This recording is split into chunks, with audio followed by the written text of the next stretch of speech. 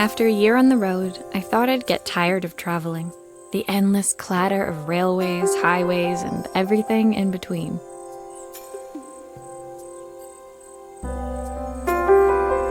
But as my train pulled into the station at Bellariva, I felt every bit as excited as the first day of my journey.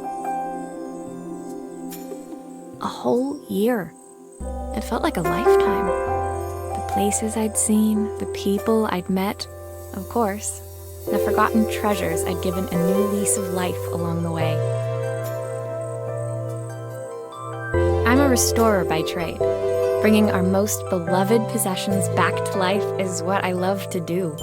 I'd been traveling for months, working my way from one town to the next, fixing everything from family heirlooms to VCRs. Bellariva was my chance to take a break. Unfortunately, that would have to wait until after I'd unpacked.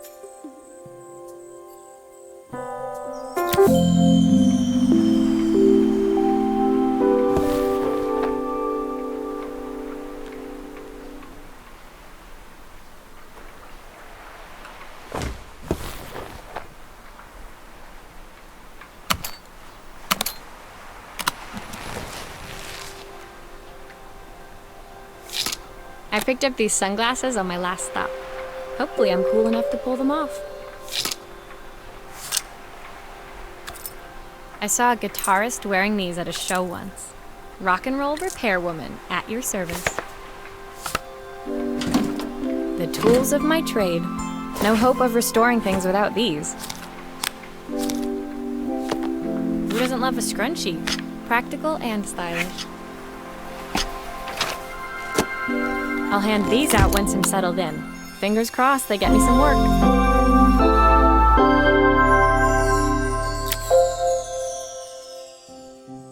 Finally, I'd made it to Bellariva. I'd come for the food festival, taking place in a few days' time. After living off TV dinners and instant ramen for the last few months, I was craving a decent meal. Of course, I'd need to earn enough money to pay for it, so I figured I'd head out the next day and find some work.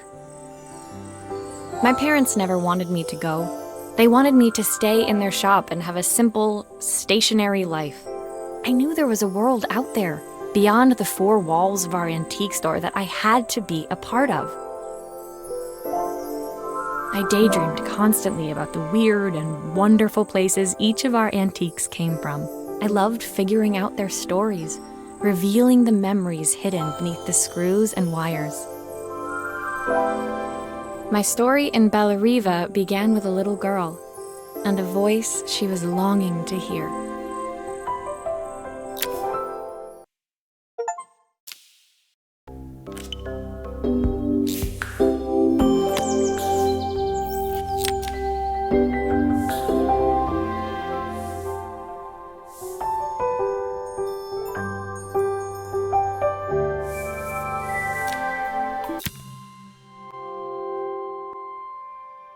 It was my first morning in Bellariva, and I couldn't wait to leave my hotel and explore. It was a quiet town, its streets and alleyways basking peacefully in the hot morning sun. In the main square, meanwhile, preparations were underway for the festival in a few days' time. As I handed out my flyers, I wondered what the people of Bellariva would need me to fix. So far, everything here seemed perfect. I was starting to worry I'd made a mistake when I felt someone tapping me on the back. Hi, I'm Izzy. Do you know how to fix things? It was a little girl, maybe 7 years old, who must have gotten hold of one of my flyers. She rummaged around in her backpack until she hauled out a battered red cassette deck. My My tape is broken and I can't make it work anymore. I tried to fix it myself, but there's this metal thing in the way. Can you try?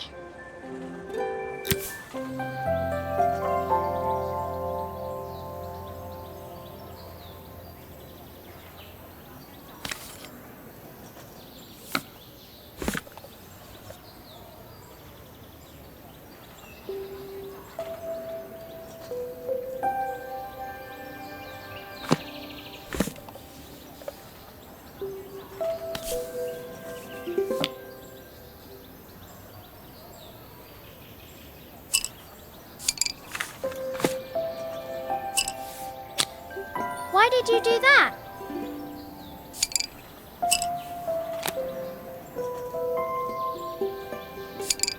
How did you do that? I didn't see.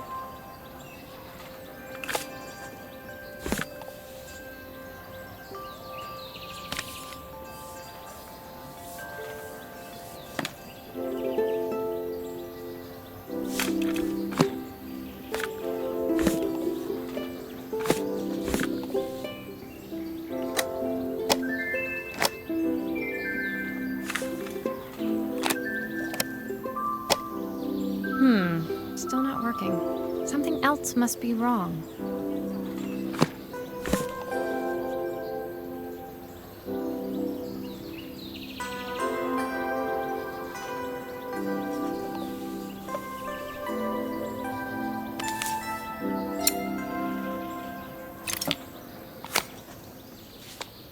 Aha! Those batteries look like they need replacing. Luckily, I have some spares.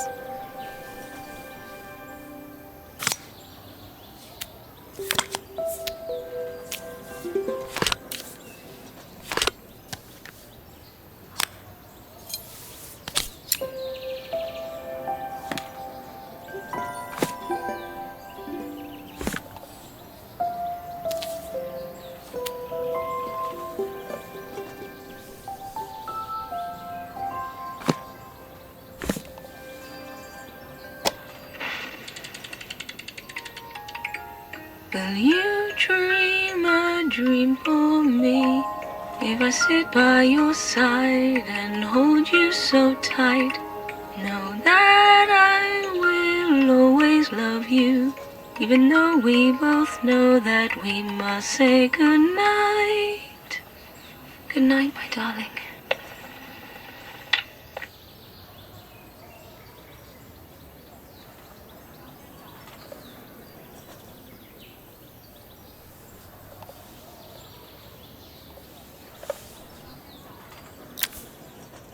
When it finished, Izzy picked up the tape deck and tucked it carefully into her backpack. Thanks, Maria. You're the best person at fixing things ever. No problem. Who was that singing? They're very good.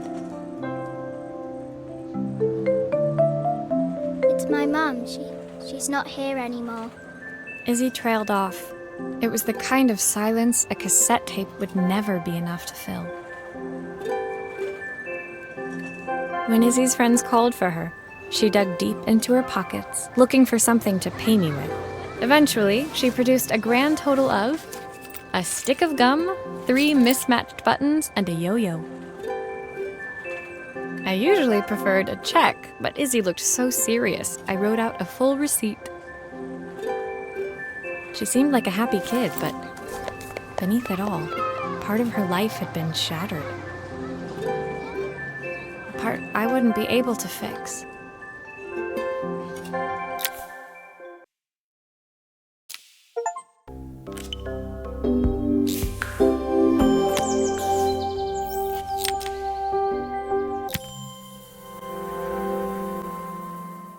My first repair complete, I spent the rest of the day doing small jobs in and around the square. I was exhausted when I got back to my hotel and found a message asking me to make one more visit. The address led me to a quaint little house, a stone's throw from the beach.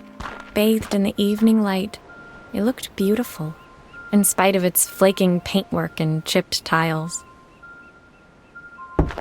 The front door was opened by a harried-looking man, still dressed from a long day at the office. Are you Maria? My name's Joseph. I'm Isabel's father. I'm so sorry she bothered you this morning. Please, come in. I'd like to settle up properly. On the mantelpiece, I saw the remains of a broken statue. Without thinking, I picked up a fragment. Ah, my father's statue. What's left of it, at least. Yet another way I'd have disappointed him. It survived 100 years in this family. But 5 minutes with Isabel and... Do you think you can salvage it?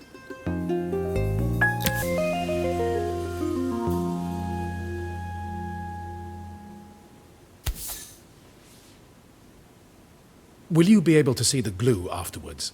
I don't want people seeing the cracks.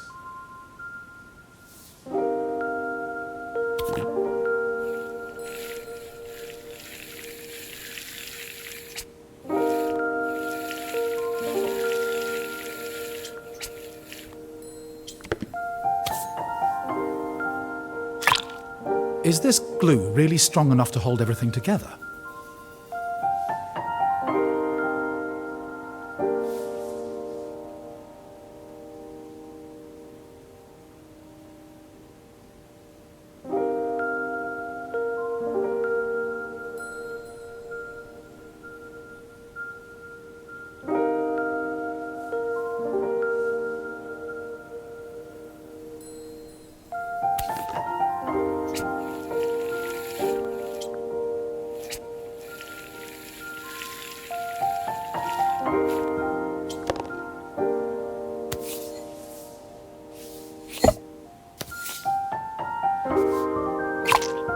Sometimes I think my daughter should come with a warning label.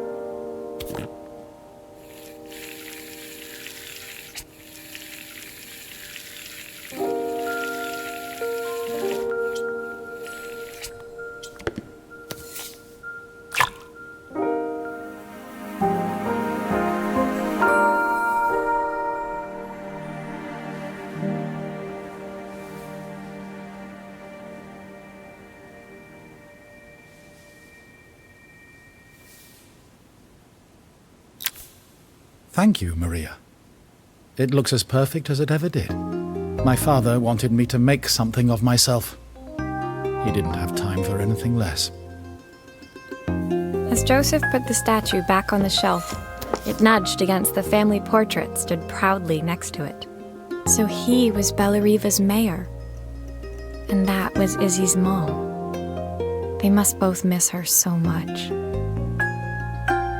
Sorry. I'm a little tired. I've been working late getting things sorted for the festival. There's only a few days to go.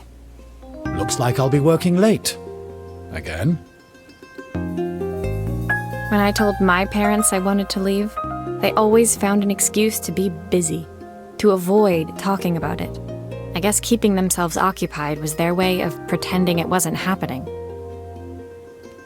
Joseph's work must have been taking up so much of his time. But maybe that was what he wanted. I just hoped he was finding enough time for Izzy, too.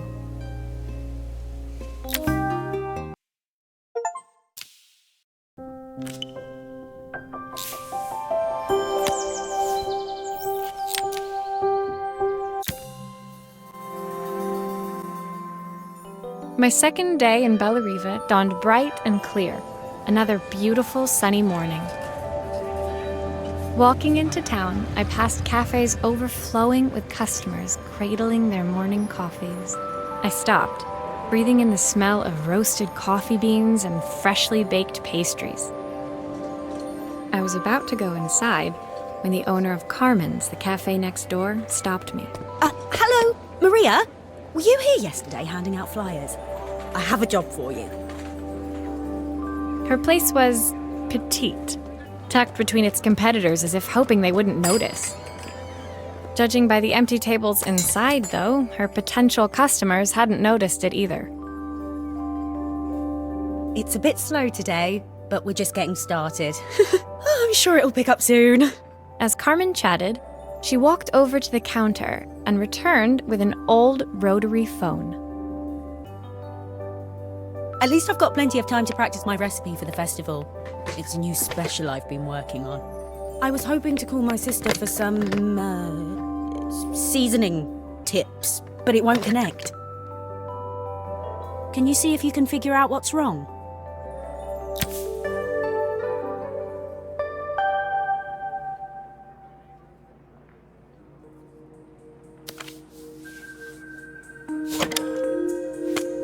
You can fix it, can't you?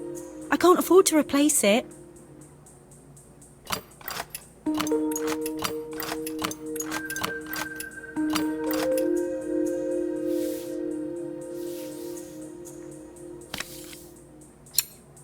Obviously, we'd normally be much busier than this.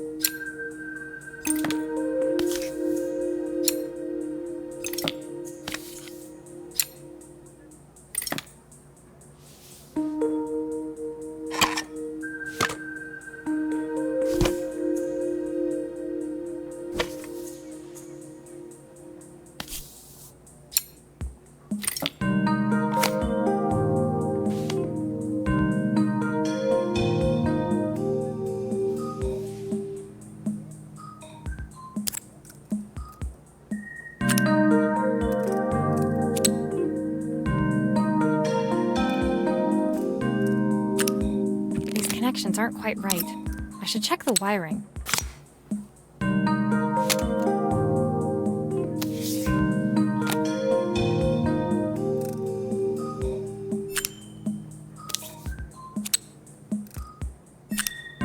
Looks like this new circuit board is all hooked up.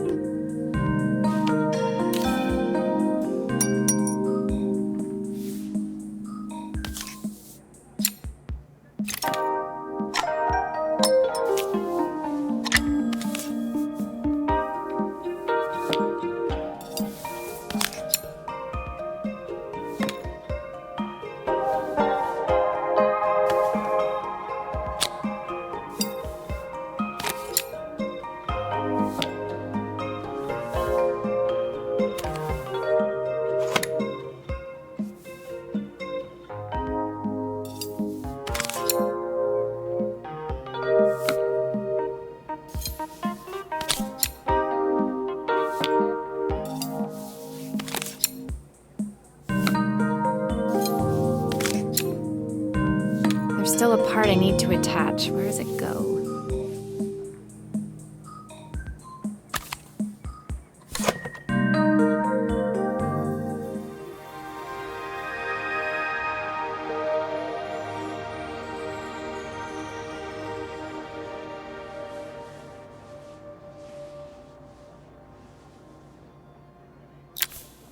When I handed the phone back to Carmen, she seemed almost reluctant to take it from me.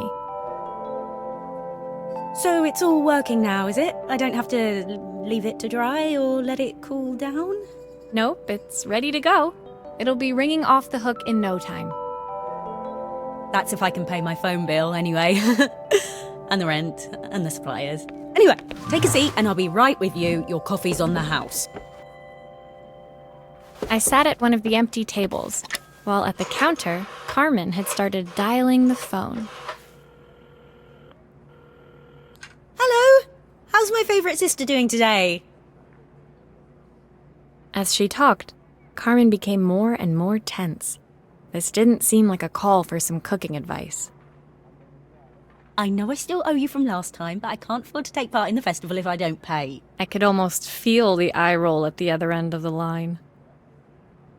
You don't need to be here, though. Can't you just put the check in the post? When the call ended, Carmen brought me my coffee, her hands trembling. Sorry about that. My sister's decided to fly in for a visit. Oh God, I have to get ready. Actually, I might have another job for you. Can you come by tomorrow?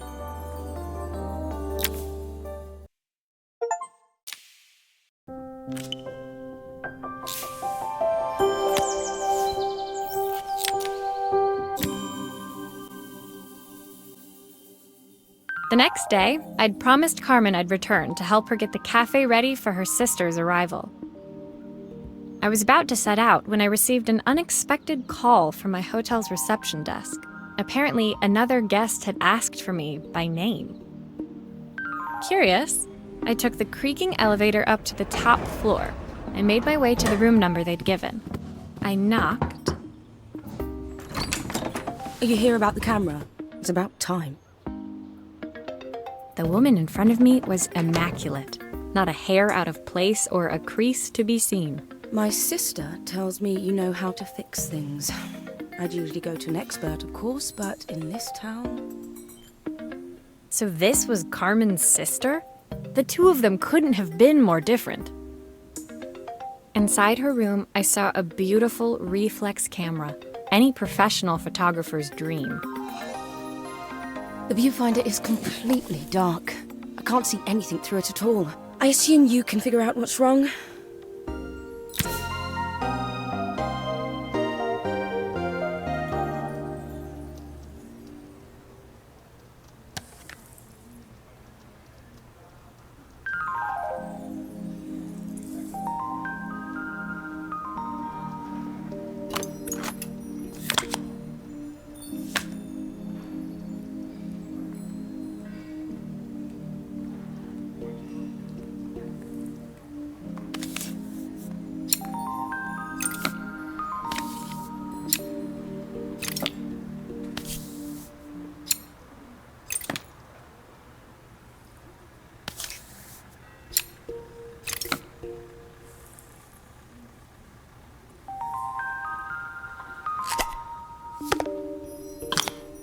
I don't suppose you've fixed anything this valuable before.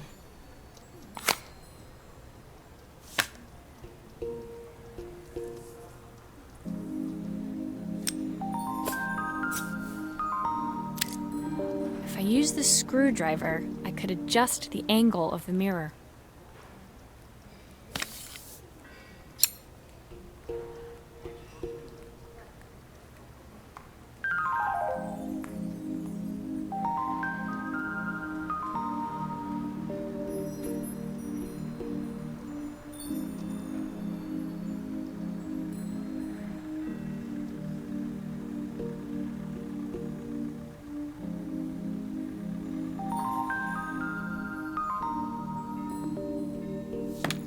Perfect. Now the viewfinder should be working.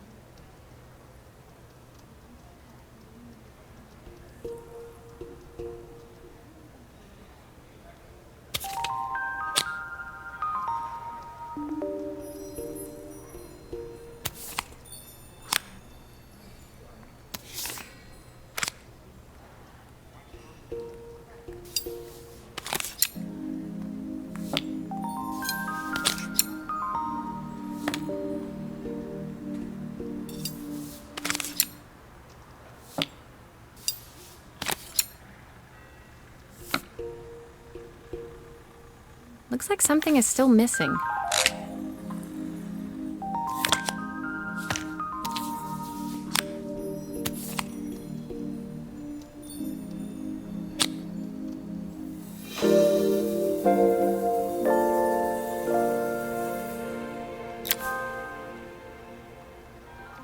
I felt a pang of envy as I handed the camera to Helena. I put my disposable to shame. I picked it up on my first trip to Paris. It's a 1958 limited edition, the first of its kind. It cost me 3 months' salary, but it was worth it. I had no idea what 3 months' salary meant to Helena, but I was pretty sure it was more than I could afford. It was strange, really, that we were even staying in the same hotel. I'd picked this place because it was cheap and cheerful, but surely she could afford somewhere better? She took some test shots, fiddling with the camera settings until she was absolutely satisfied. This work is immaculate. At least there's one person in this town who knows what they're doing. Sending you to me might be the first thing Carmen's actually gotten right. I wondered why Helena had bothered coming if she thought so little of her sister. I hear nothing from her for weeks, and then when she finally does call me, all she wants is money. If she thinks I'm lending her another penny, she'll have to convince me it's not a total waste of time. That didn't sound good. If Hurricane Helena was about to hit, I hoped Carmen was ready.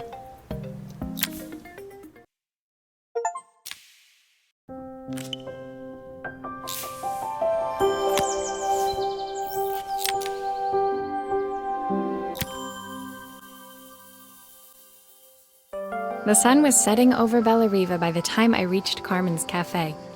From the outside, it looked as quiet as ever, but inside, I found Carmen cleaning like her life depended on it. Maria!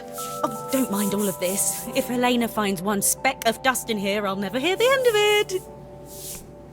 Carmen seemed pleased to see me, but I sensed the fidgeting tension beneath each sweep of her mop.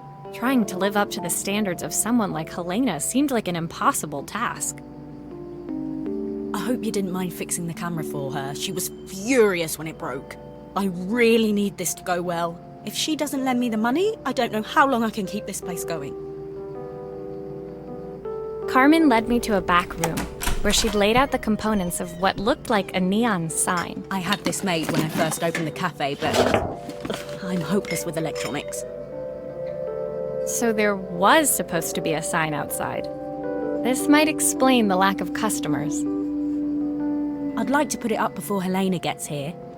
Can you give it a try?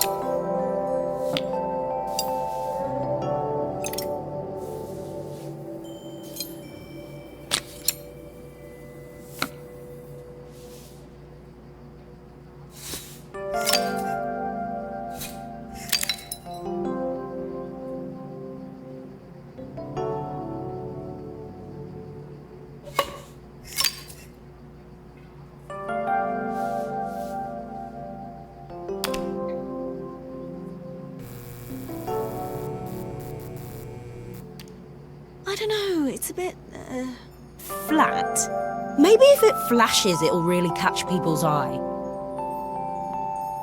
Great idea. I think I have a spare part that could do that.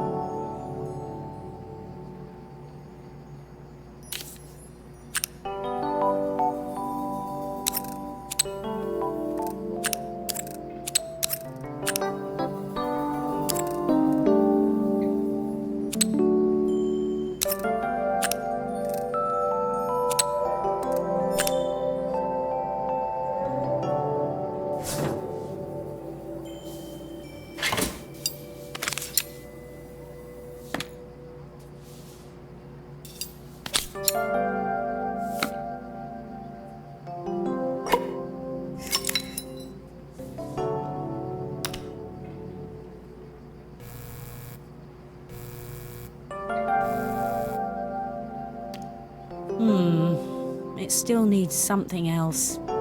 Maybe we can add one of these.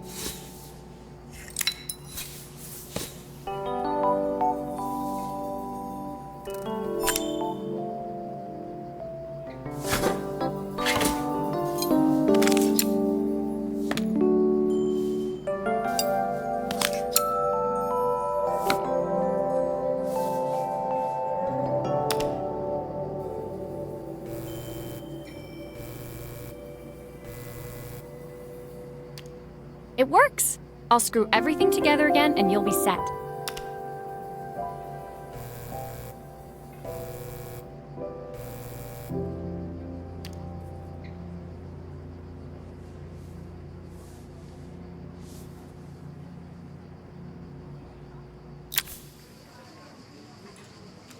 The sign fixed, we headed outside and mounted it carefully over the cafe door. That's perfect, Maria. It looks just how I imagined it. When I had this sign made, it all seemed so simple. Oh, I can't believe I might have to give it all up. I hope I've done enough. The smile froze on her face as she spotted something over my shoulder. I turned to see. Of course, my sister owns the only cafe in this entire town that isn't actually open. For better or worse, Helena had arrived. Carmen opened her mouth to explain, but Helena swept indifferently past her. Finally pausing in the doorway, she turned back towards Carmen. The first thing we're doing is getting rid of that hideous sign. And with that, she disappeared inside. I hoped Carmen's chances of saving the cafe hadn't disappeared with her.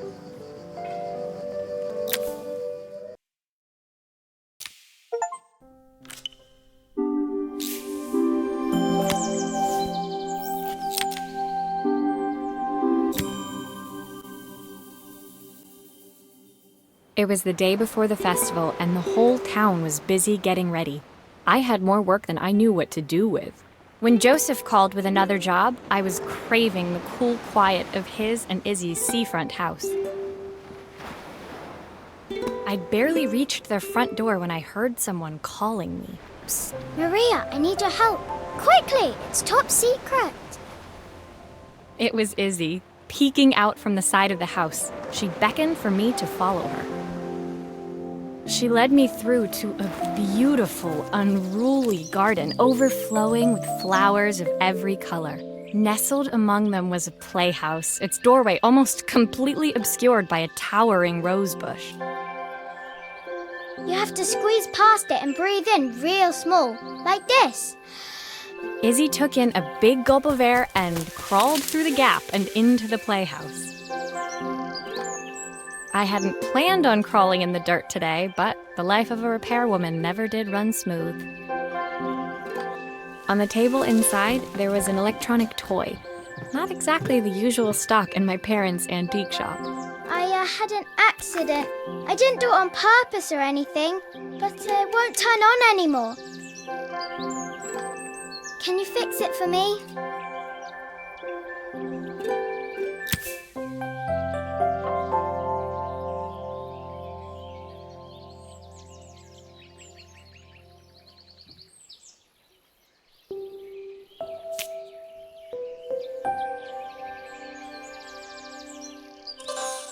Why does it sound so scary? It wasn't like that before.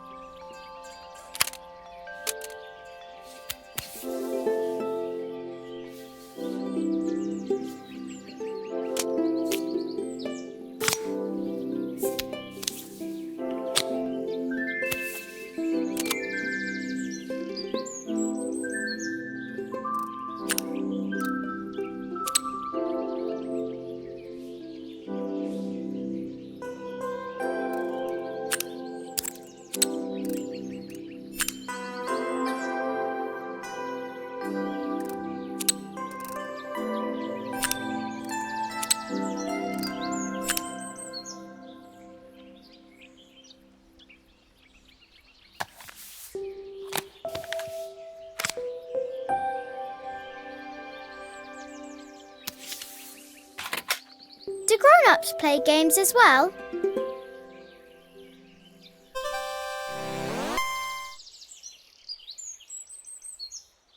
Can you show me how to play? I tried before, but it was so hard.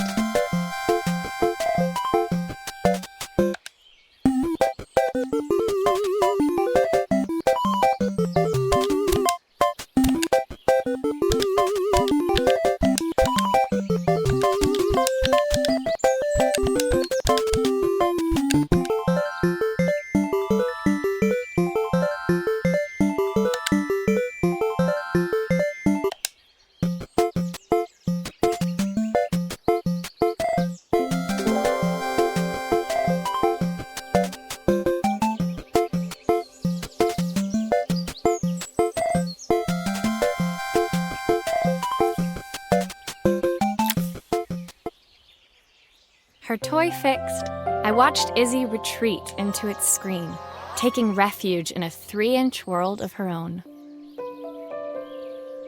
Well, I'd better head inside. Your dad is waiting for me. Please don't tell him about the game. He'll think I broke it on purpose. Why would he think that? Because, well, I kind of dropped it really hard at the wall. Izzy looked down, scuffing her shoes on the worn floor of the playhouse. My dad said I have to go to this stupid festival tomorrow and put on a stupid dress, and I don't want to. All he cares about is working. He never wants to see me unless it's for his job. I'm not going. He can't make me.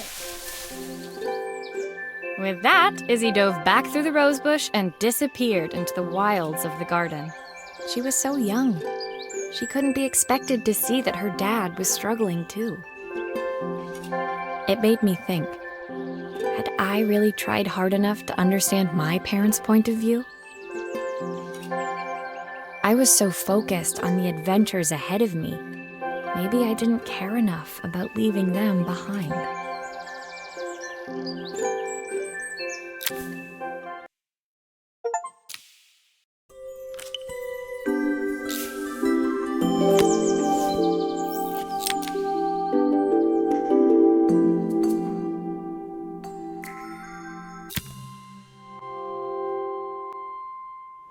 Leaving Izzy hiding in the garden, I walked around to the front of the house and rang the doorbell.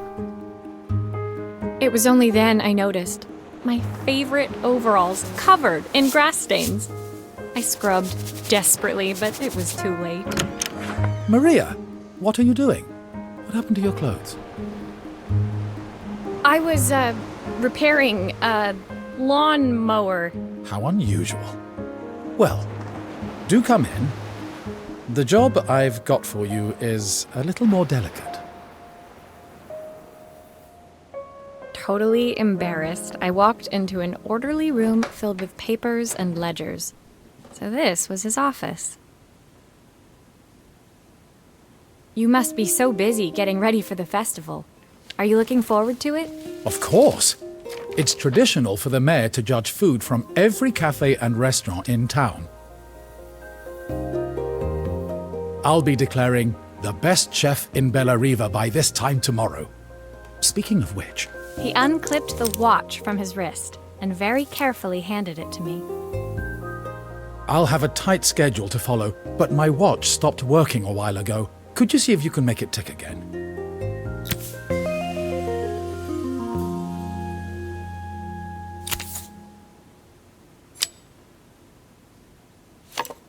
Are you sure it will all fit back together?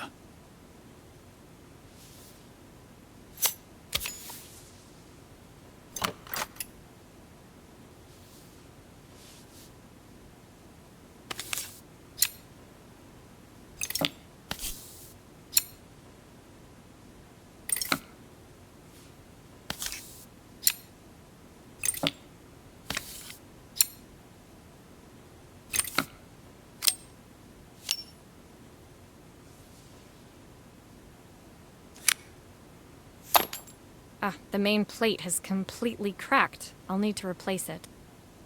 The cogs look good, though. If I'm careful, I can reuse those.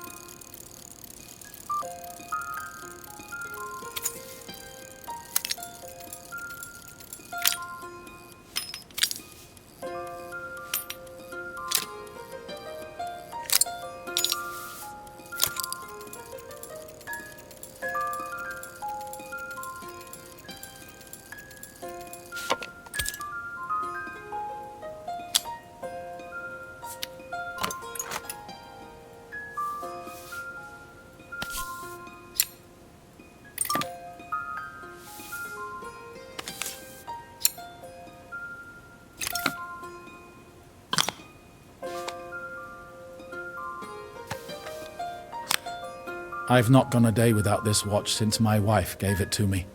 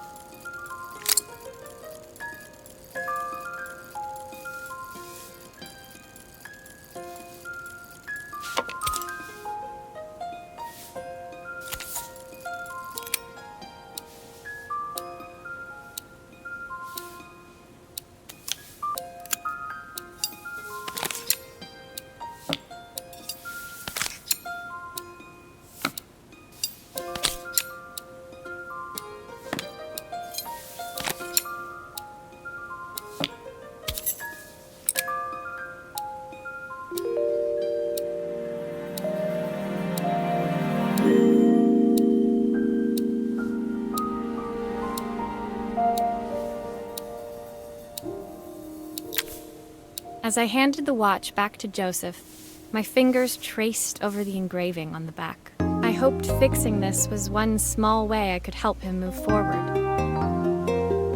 I can't believe it's working, Maria. Thank you. My wife was a brilliant woman. Feeling this ticking on my wrist, it makes me feel like she's still here. Watches measure minutes and hours like they're infinite. I didn't know we had so little time. Even with Isabel, I barely see her. And when I do, she acts like she hates me. Just then, the phone rang. Even when he was at home, his work was never done. Sorry, Maria. I have to take this. I'll see you at the festival tomorrow. As I left, I turned and saw him pacing the floor of his office, his watch glinting in the afternoon sun. I hoped its quiet ticking would at least bring him some peace during the busy days to come.